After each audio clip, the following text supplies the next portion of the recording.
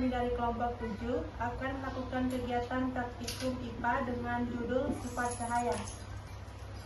Baik, sebelum melakukan kegiatan praktikum, di sini saya akan memperkenalkan anggota kelompok saya, di mana saya sendiri bernama Dian Damayanti dengan NIM 859768259. Saya Sri Julianti dengan NIM 859768155. Dan saya Wahyuni dengan NIM 859768162. Dan saya Lestari Damayanti dengan NIM 85976889115. Itulah tadi nama-nama anggota kelompok kami. Adapun judul percobaan kali ini yaitu pemantulan cahaya. Tujuan percobaan, setelah melakukan kegiatan dalam percobaan kali ini, diharapkan kami semua mendapat yang pertama menjelaskan sifat-sifat cahaya, yang kedua menjelaskan sifat-sifat bayangan yang dihasilkan oleh cermin, yang ketiga menjelaskan sifat-sifat bayangan yang dihasilkan oleh lensa, keempat menentukan fokus cermin cekung, kelima menentukan fokus lensa cembung. Adapun alat dan bahannya yang pertama cermin datar, cermin cembung, cermin cekung, lampu senter, kertas putih, lilin, layar,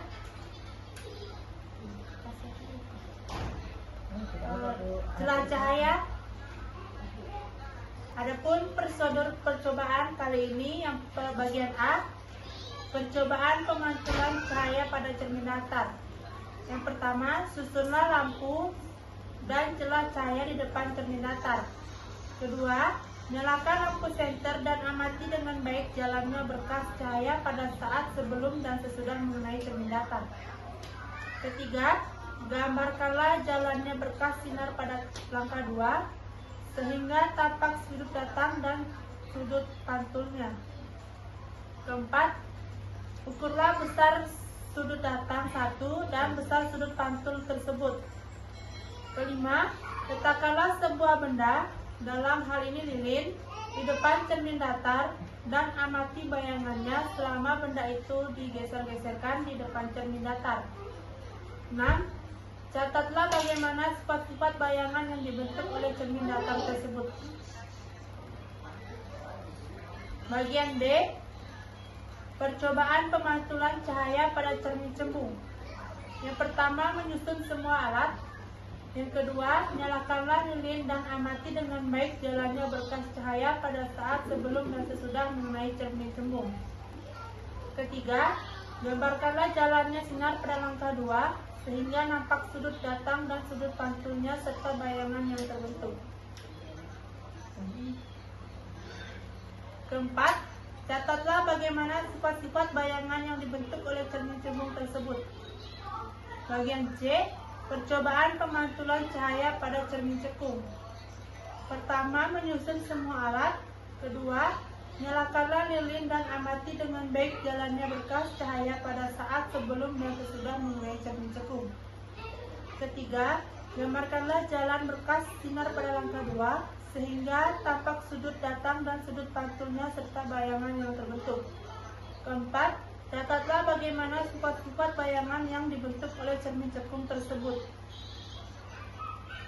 Kelima, aturlah jarak benda atau letak layar agar pada layar terbentuk bayangan yang jelas dan tajam. Selanjutnya, ukurlah jarak benda dan jarak bayangan. Keenam, jika berada di depan cermin cekung, digeser menjauhi cermin, maka pada jarak tertentu bayangan benda akan menghilangkan atau tidak nampak. Ukuran jarak benda dan cermin cekung pada keadaan tersebut. Kami akan melakukan praktikum. Selamat menyaksikan.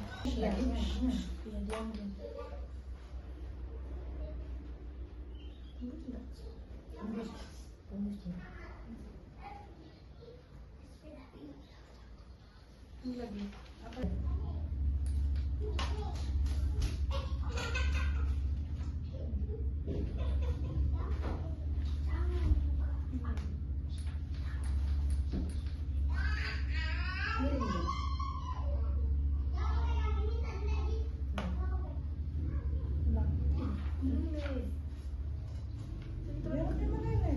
Kita putuskan gantian.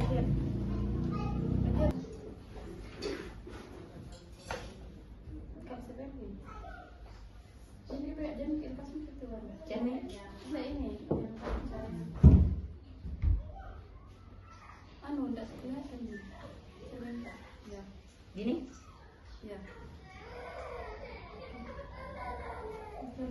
Saya sudah berkata bisa kan?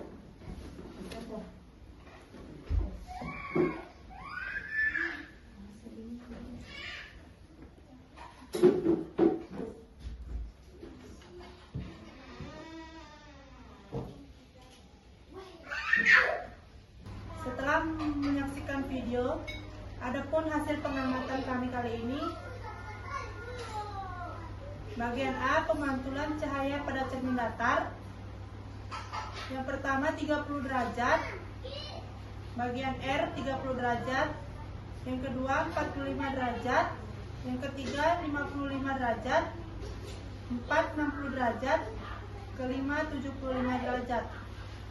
Sifat bayangan yang dibentuk oleh cermin datar. Yang pertama, tinggi benda sama dengan tinggi bayangan.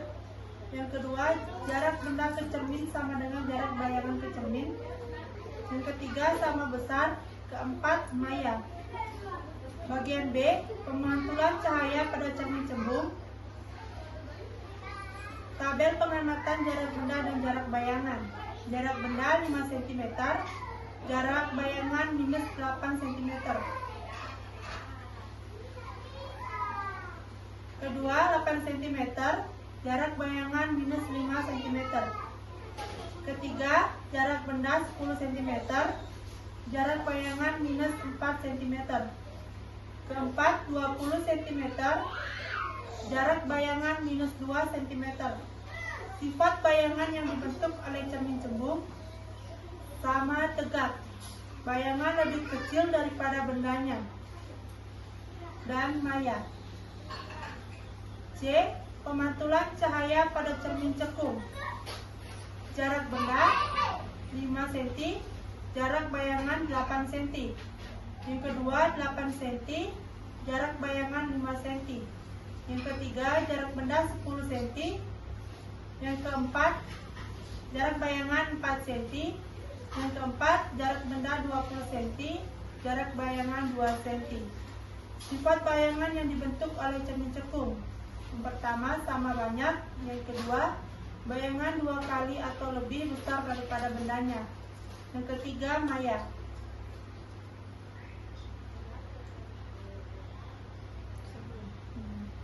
Itulah tadi hasil pengamatan yang kami lakukan. Selanjutnya, adapun kesimpulan dari praktikum kali ini. Yang pertama itu, salah satu sifat cahaya adalah dapat dipantulkan. Yang kedua, bayangan yang dihasilkan oleh cermin datar sama dengan bendanya. Yang ketiga, bayangan yang dihasilkan oleh cermin cembung lebih kecil daripada bendanya.